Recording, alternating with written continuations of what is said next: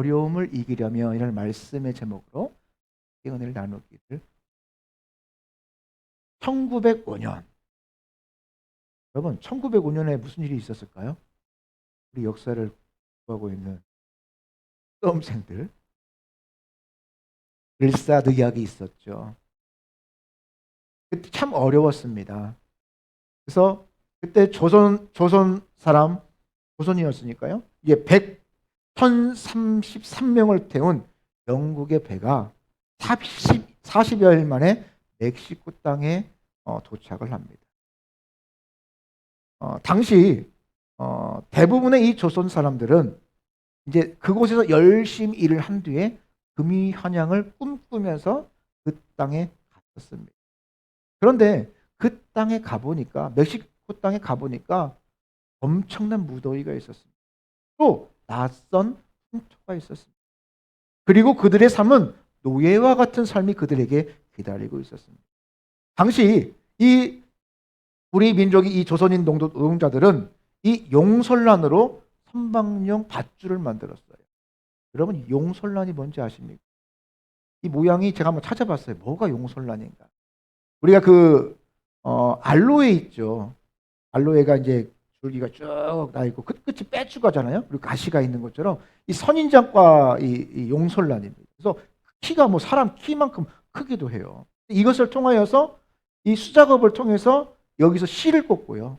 그리고 이 실을 또 사람의 손으로 묶어서 밧줄을 만듭니다. 그래서 아주 유용하게, 아주 튼튼한 어떤 용도로 사용하는 것이 이제 이런 일들입니다. 그런데 이것을 만들기 위해서는 평균 17시간 정도 이 가시가 있는 이 용설란을 만져야만 했습니다. 그래서 그 손에는 피가 마를 날이 없어요. 딱지가 또 돼서 그럴 이유가 없었습니다.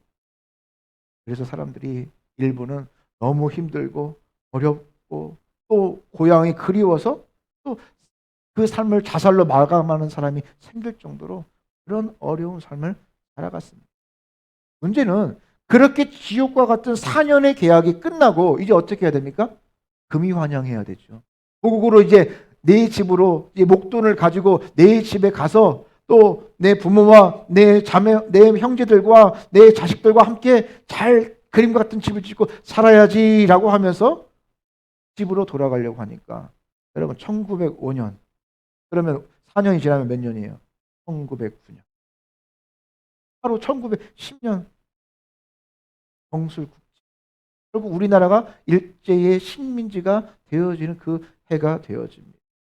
집으로 돌아가야 되는데 나의 고향 땅 조선은 일본의 식민지가 되고 말한 것입니다. 많은 사람들이 절망과 포기할 수밖에 없는 그런 상황. 내가 이곳에는 평생 살려온 것이 아니라 이런 고생과 이런 어려움 가운데서도 내가 지금 노력해서 내가 나의 고향으로 가면 잘 살 수 있을 거야라는 기대와 희망을 가지고 있었는데, 그만 우리나라, 내 민족 조선이 일본의 식민지가 되고 만 것입니다. 하지만 이들은 열심히 또 적극적인 마음을 가지고 멕시코에 정착을 하였고 그 후손들에게 한국 문화와 언어를 가르치면서 새로운 삶을 개척하였습니다. 특히 3.1운동이 벌어질 그때는 이 멕시코 이민자들이 자기의 재산을 또 모아가지고 또 공익자금으로 기부하였습니다. 그 어려움 가운데서도 이 능동적인 자세와 태도를 통하여서 새로운 어떤 이민 역사를 기록하고 있다는 것입니다. 여러분, 최근에 우리의 어떤 모습들을 바라보면 힘든데 더 힘든 모습들이 참 보여지죠. 하소연하는 모습들이 참 많이 있습니다. 그런데 진짜 문제는 이 어려움과 고난보다는 이를 극복하려고 하는 그런 마음, 능동적인 태도, 그런 자세가 사라져가고 있다는 거죠. 오늘 말씀 가운데 450명의 바알 선지자가 온종일 제단 주변을 뛰어다니면서 자신의 몸을 자해하면서까지 바알을 찾았습니다. 그런데 아무런 일도 벌어지지 않았습니다. 그리고 이제 이후 엘리야가 나서서 제물을 잡고 또 12개의 돌을 취하면서 무너진 제단을 다시 쌓고 있는 모습. 이 갈멜산의 전쟁까지 이스라엘 백성들은 바알 숭배와 영적으로 머뭇머뭇거리고 있었기 때문에 그들의 어려움의 그늘은 계속해서 점점 더 깊어져 가고 있습니다. 이처럼 이 깊은 영적 고난과 아픔, 이 머뭇거림에는 이들을 살려내고자 하는 엘리야의 적극적이고 능동적인 태도가 있었다는 것입니다. 엘리야는 깨어 있었다는 것이죠. 오늘 우리의 삶이 어려울수록 더욱더 적극적이고 능동적인 태도를 우리는 잃어버리면 안 된다. 이제 우리가 할 수 있는 것은 아무것도 없어. 포기하고 자포자기하는 그런 모습이 아니라는 것입니다. 물론 우리가 처음 당하는 이 상황 가운데서 우리가 어디서 어떻게 대응을 해야 되는지 모를 수도 있습니다. 또 이 상황이 끝나면 생각해 봅시다 라고 말할 수도 있지만 그것은 틀린 생각입니다. 실제로 이런 고난보다 이 고난을 대하는 우리의 무엇? 마음가짐이 더욱더 중요해요. 그래서 지금부터 이 어려움을 대하는 태도, 능동적이고 적극적인 자세와 태도를 우리는 준비해야 될 필요가 있다라는 것입니다. 특별히 믿음의 사람들은 반드시 이 십자가와 복음으로 이 어려움의 때를 어떻게 이겨나갈까? 어떤 자세를 가지고 적극적인 자세를 이겨나갈까라는 그런 어떤 물음이 필요할 것입니다. 우리가 이 현실을 바라보면서 이 현실을 이기려면, 이 어려움을 이기려면 우리에게 무엇이 필요할지 오늘 말씀을 통하여서 은혜를 나누기를 원합니다. 첫 번째로 이 어려움을 이기려면 가장 먼저 무너진 제단을 다시 세워야 됩니다. 보면 30절 말씀해 보니까 엘리야는 백성이 가까이 다가오자 무너진 여호와의 제단을 뭐하다? 했습니다. 수축하다. 와예 라페 히브리어죠. 예 라페. 이 그 뜻을 보니까 병을 치료하고 고치다라는 뜻을 가지고 있습니다. 그만큼 제단이 무너졌다는 상황이에요. 그래서 엘리야는 가장 먼저 무너진 제단을 다시 쌓았다는 것입니다. 구체적으로 엘리야는 이 무너진 제단 주변에 12지파를 상징하는 돌 12개를 쌓았습니다. 구약에서 제단을 쌓다라는 이 말의 의미는 예배를 회복하다, 하나님을 다시 찾다라는 뜻을 가지고 있습니다. 엘리야는 영적으로 무뎌진 이 선민들, 이 이스라엘 백성들을 향하여서 이들을 다시 세우기 위하여서 그가 한 일은 어떤 정치, 어떤 경제를 바꾸려 하지 않았습니다. 어떤 시스템을 바꾸려 하지 않았습니다. 오히려 하나님을 향한 예배의 자세와 그 태도를 새롭게 하기를 하는 것입니다. 그리고 그것을 통하여서 이 영적인 고난을 돌파하기를 원했다는 것입니다. 여러분, 이 상황이, 이 코로나가 우리의 삶에서 많은 것을 변화시켰죠. 예, 많은 것들을 빼앗았고 또 많은 것들을 무너뜨렸습니다. 그런데 여러분, 가장 심각한 문제가 뭐라고 생각하십니까? 바로 예배입니다. 주일학교 예배. 또 어른 예배는요, 어떻게든 뭐 대면 예배든 어떻게든 이어져 나가고 있습니다. 그런데 이 주일학교는요, 가뜩이나 점점 줄어져 가고 있는데 주일학교가 문을 닫는 교회. 그래도 규모 있는 교회라면 주일학교가 운영이 되어져 가고 있는데 주일학교를 시작하지 못하고 있는 교회들이 너무나도 많다는 것입니다. 이 예배를 잃었고 그리고 이 예배를 드리는 우리의 태도가 변질되어져 가고 있다는 사실이에요. 물론 하나님은 전지전능하신 하나님입니다. 현재하시고 편만하십니다. 그러니까 어디든 계시고 어느 곳이든 곳곳이 하나님은 다 계십니다. 우리가 온라인의 예배와 현장의 예배, 어디서나 하나님은 우리 예배를 받아주십니다. 문제는 그 예배를 받아주시는 하나님에게 문제가 있는 것이 아닙니다. 바로 예배를 드리는 우리의 태도와 우리의 자세에 있다라는 것이죠. 여러분, 분명한 것은 이 코로나를 극복할 수 있다라는 것입니다. 그러면 그 이후에 우리는 무엇을 준비할 것인가? 그냥 그때만 되기를 기다려야 됩니까? 아니죠. 예. 코로나 이후에 이 변질되어지고 변해버린 우리의 이 모든 것들을 우리는 고쳐야 된다는 사실입니다. 다시 일으켜 세워야 된다는 것입니다. 그래서 그 이유를 바르게 준비해 나가는 것이 너무나도 필요한 때라는 것입니다. 무엇보다도 내 삶 가운데서 무너진 제단이 다시 굳건히 세워지기를 축복합니다. 삶의 상황이 변하여도 제단을 다시 쌓을 때 하나님이 주시는 그 은혜가 더욱더 크기 때문에 그렇습니다. 세겜에 있을 때 세겜의 이 야곱은 안정된 삶을 살았습니다. 하지만 그 삶 속에서 하나님께 나아가는 그 시간과 그 삶이 점점 줄어져 갔습니다. 하나님의 관계가 소원해졌다는 것입니다.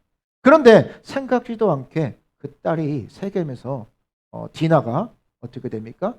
치욕적인 일을 당하게 되죠. 게다가 이것에 분개한 시므온과 레위가 세겜 족속을 그 약속을 깨버리고 몰살시켜 버립니다. 이 일 때문에 야곱은 세겜 족속의 어떤 복수가 너무나도 두려웠습니다.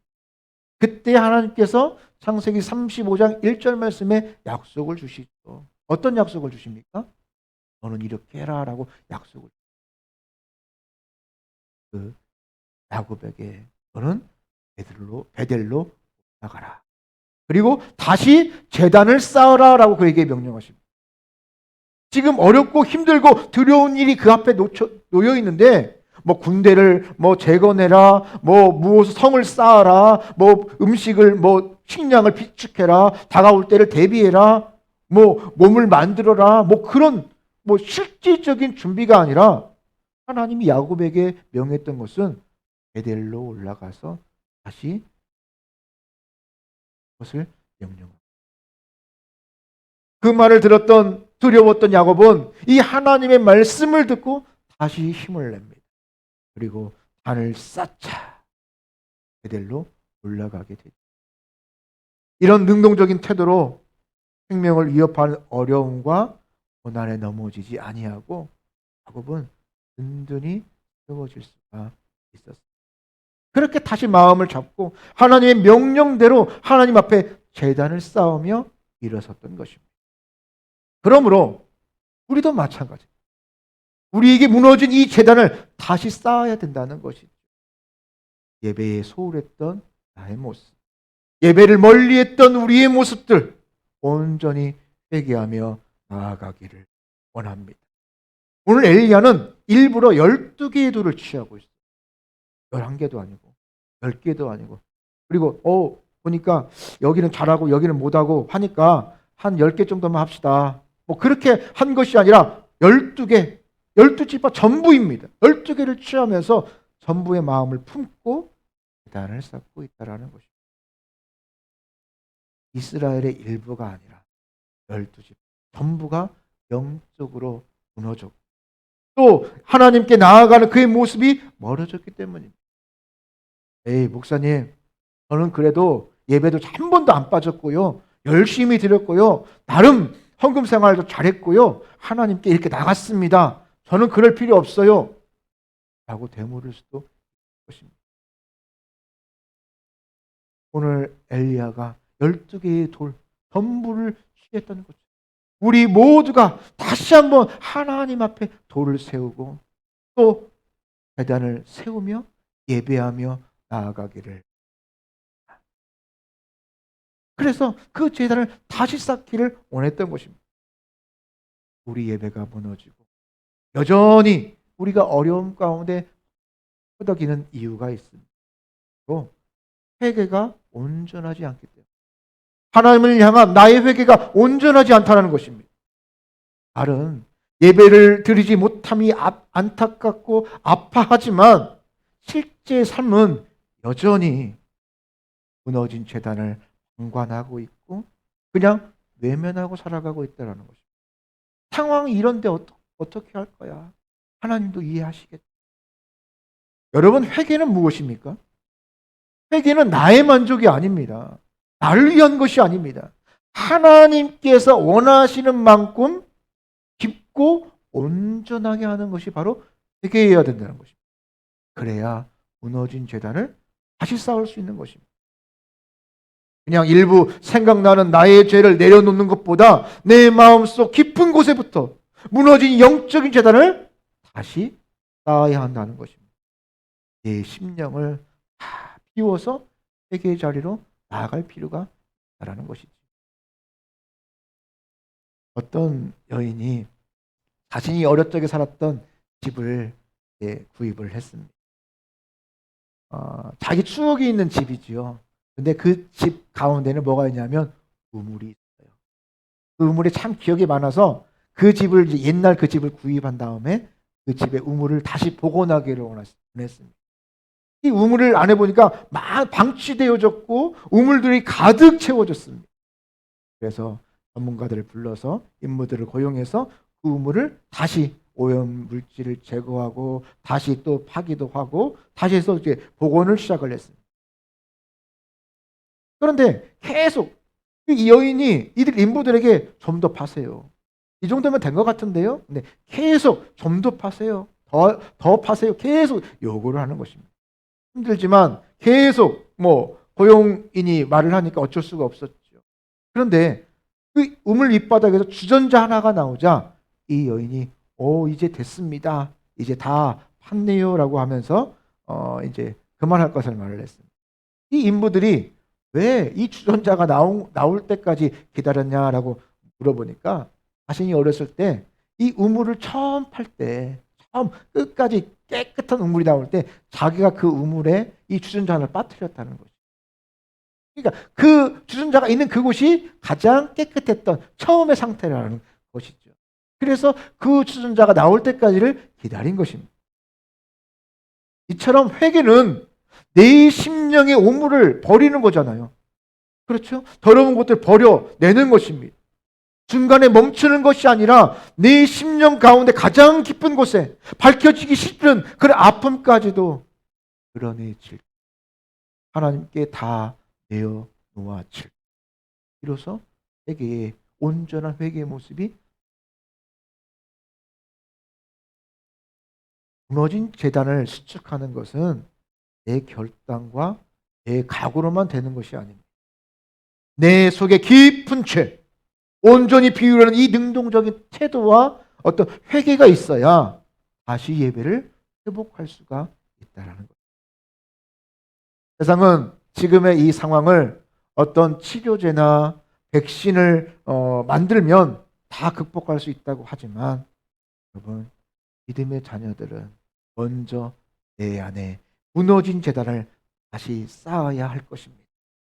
나부터 바르지 못한 예배의 삶을 다시 한번 회개하고 나의 예배, 하나님께 나아가는 이 재단을 하시기를 바랍니다. 그럴 때에 온전한 회개로 나아갈 때 하나님께서는 나를 승리의 모습으로 인도하여 주실 것입니다. 두 번째로 이 어려움을 이기려면 하나님이 기뻐하시는 삶을 선택. 엘리야는 이 바알 숭배로 인하여서 그 지금의 시대가 완전히 영적 암흑기의 시대와 같습니다. 하지만 엘리야는 한결같이 하나님을 당시에 바울에게 무릎을 꿇지 않았던 7천 명이 있었죠. 남은 자들이 7천 명이 있었습니다. 하지만 그들은 시대의 아픔과 이 어두움들을 극복하지 못했습니다. 그리고 능동적으로 나타나지 않았습니다. 지금 이 갈멜산에서 전투할 때 이 7천 명은 어디 있었습니까? 등장하고 있지 않잖아요. 오직 엘리야만이 바알 숭배를 거부하면서 이 전쟁을 치르고 있는 것입니다. 적극적인 자세로 생명을 걸고 갈멜산 전쟁을 대언했던 것입니다. 목적이 무엇입니까? 왜 이런 일을 벌인 것입니까? 이스라엘이 하나님을 선택하고 무너진 을 다시 쌓아야 했기 때문인 것입니다. 만일 당시 이 엘리야의 능동적인 태도가 없었더라면 그냥 그 상황을 바라보면서 아무도 나와 같이 하는 이가 없구나. 그렇잖아요. 어떻게 혼자서 이 모든 것들을 감당할 수 있겠습니까? 그냥 상황을 그냥 인식하고 그냥 포기했더라면 이스라엘의 미래는 달라졌을 것입니다. 당시 이스라엘의 큰 죄는 무엇일까요? 그것은 하나님이 아니라 바알을 선택했다는 것입니다. 머뭇머뭇거리면서 바알이 하나님인가? 이 바알이 나를 지금 인도하신 하나님인가? 라고 지금 머뭇머뭇거리면서 선택했다는 것이죠. 이 삶 속에서 무엇을 선택하는가? 이 선택은요, 참으로 중요한 것입니다. 몇 번을 말해도 여러분 지나치지 않습니다. 그러므로 우리가 이 상황 가운데 더 나은 삶을 살기를 원한다면 무엇보다도 우리의 선택이 하나님이 기뻐하시는 선택을 해야 된다. 무엇이 하나님이 기뻐하실까? 무엇을 하나님이 원하실까? 그럴 때 내 삶의 어려움 점점 기회로 바뀌어질 것입니다. 하나님의 은혜의 모습으로 보여질 것입니다. 내가 무엇을 해야 될지 발견하게 될 것입니다. 나오미에게는 자부가 있었죠. 두 명이 있었습니다. 룻과 오르바였습니다. 룻은 다윗의 수상이 되었지만 오르바는 이후에 철저히 사라져 버립니다. 이유는 룻은 어려울 때 더욱더 하나님을 기뻐하시는 선택을 했어요. 남편이 비건이 찾아오고 엄청난 어려움이 찾아왔습니다. 그럴 때 그는 하나님이 기뻐하시는 선택을 하였습니다. 물론 룻이 베들레헴 생활을 하는 것이 결코 쉬운 일이 아닐 것입니다. 하지만 그는 능동적이고 적극적인 태도로 그의 시모를 돕고 하나님을 택함으로 말미암아 먹고 사는 문제를 넘어서 하나님의 놀라운 역사를 배볼 있는 그런 사람이 될 수 있었다는 것입니다.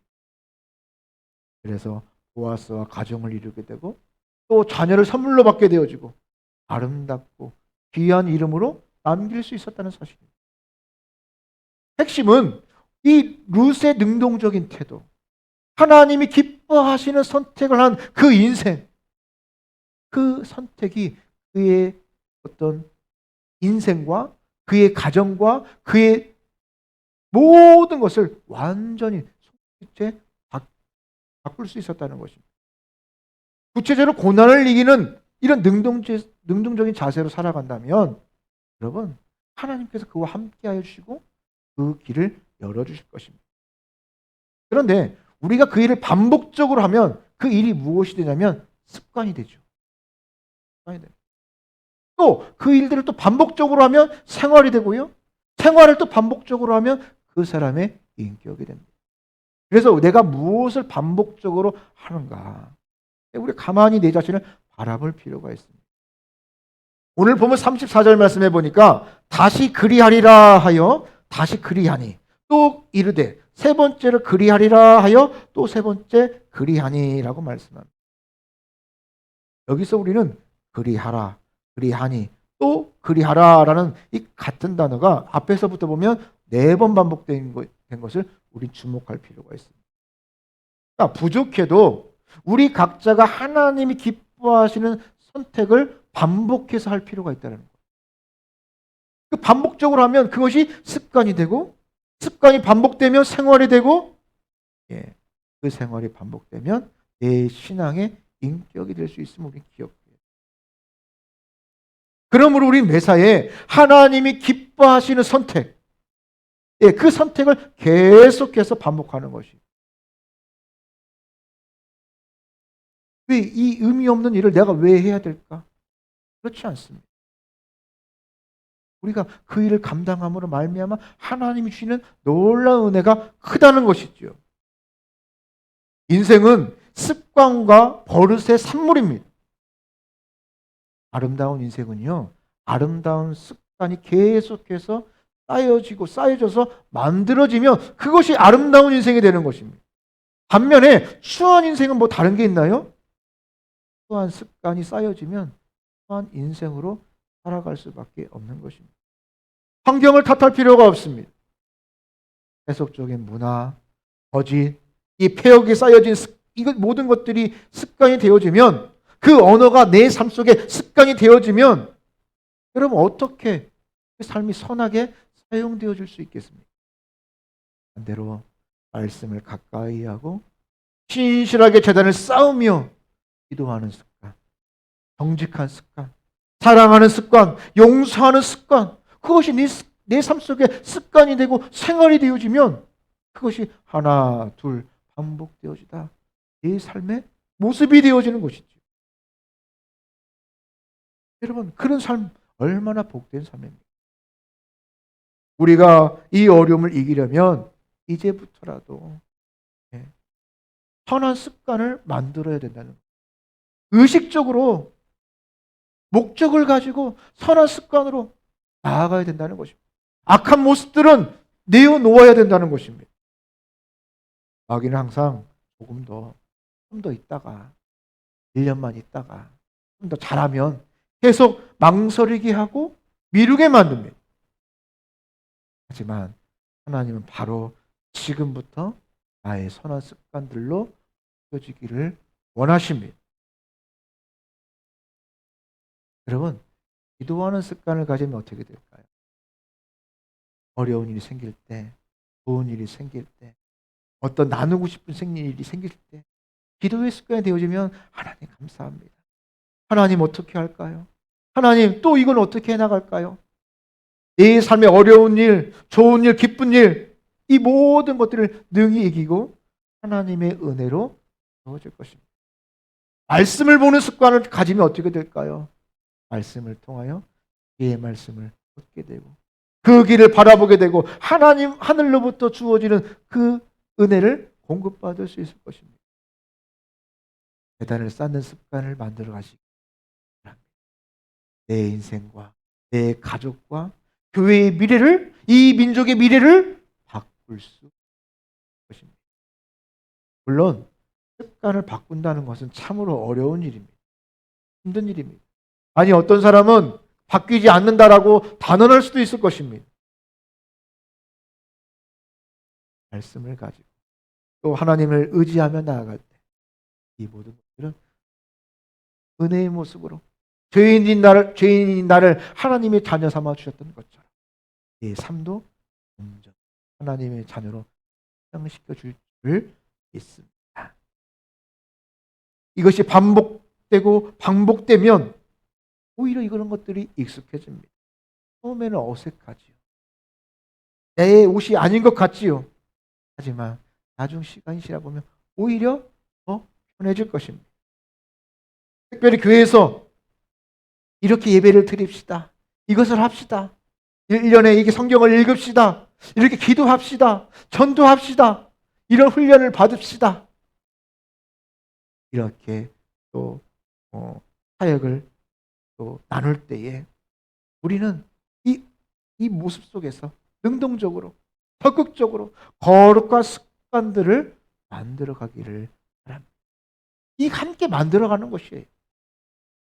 매일 새벽 하나님께 예배드리는 것, 말씀을 묵상하는 것, 이 모든 것들을 통하여서 무너진 제단을 다시 쌓을 수 있다는 것입니다.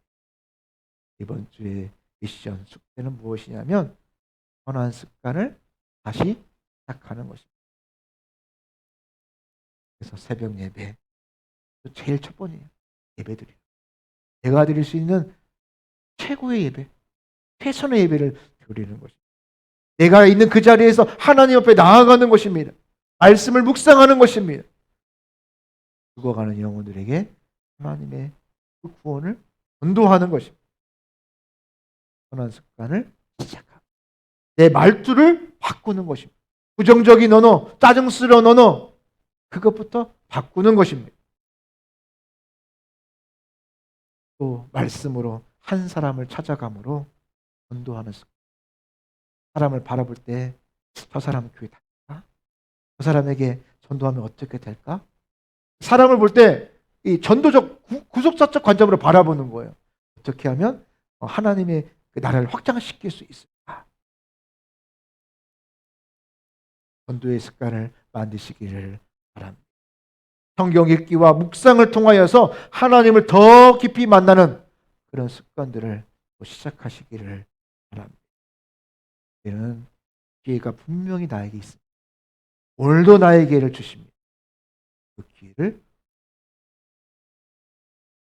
지금까지 못했는데 앞으로도 못할 거야 라고 단언하지 마시고 지금부터 하면 되는 겁니다.